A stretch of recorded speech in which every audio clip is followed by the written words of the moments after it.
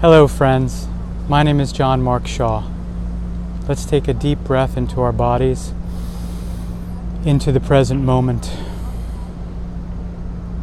Abraham Maslow was a famous psychologist of the 20th century. He's known for his hierarchy of needs.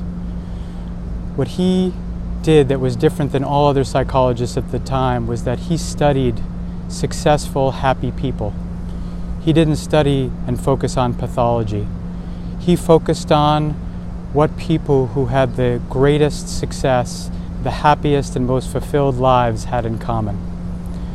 He called them self-actualized people. And what he said was that the most successful, the happiest, the most fulfilled people in the world, what they had in common is that they always stay connected to their inner guidance system, to their inner compass, to what they would love, to their dreams, to their visions. They always held on to that childhood belief that they could have and be and do whatever they set their mind to, whatever they would love.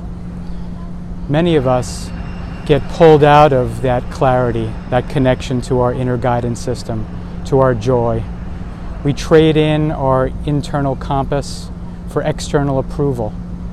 We learn the voice of internal judgment, and it splits us from our truth, from our inner guidance, from the still small voice that speaks to us of our joy, speaks to us of our longing and our discontent, speaks to us of the life that we would love, and keeps us on course like a compass set to our self-actualization, to our greatest success.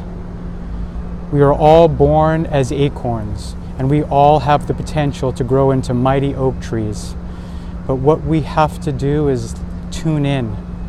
Take a deep breath into this present moment and tune into our inner guidance. Ask ourselves, what would I love? We are connected to the ever upward spiral of this universe. The 14 billion year history of the Big Bang is expressing itself in and through us as what we would love, as what wants to manifest in our lives. And when we take the time to tune out the external voices and the judgment and the shoulds and the have-tos, and tune into our still small voice, our inner guidance, we start to hear the call of the life that wants to express through us. And it's connecting to that call, believing in ourselves, and following the steps towards that life.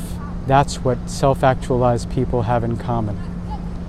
I hope you will join me in my coming workshop so that we can discuss this and other topics on living a vision-driven life, a life that we would love, a full spectrum life of wellness, of authentic success, and of all the joy that comes from living the life that we would love. Thank you.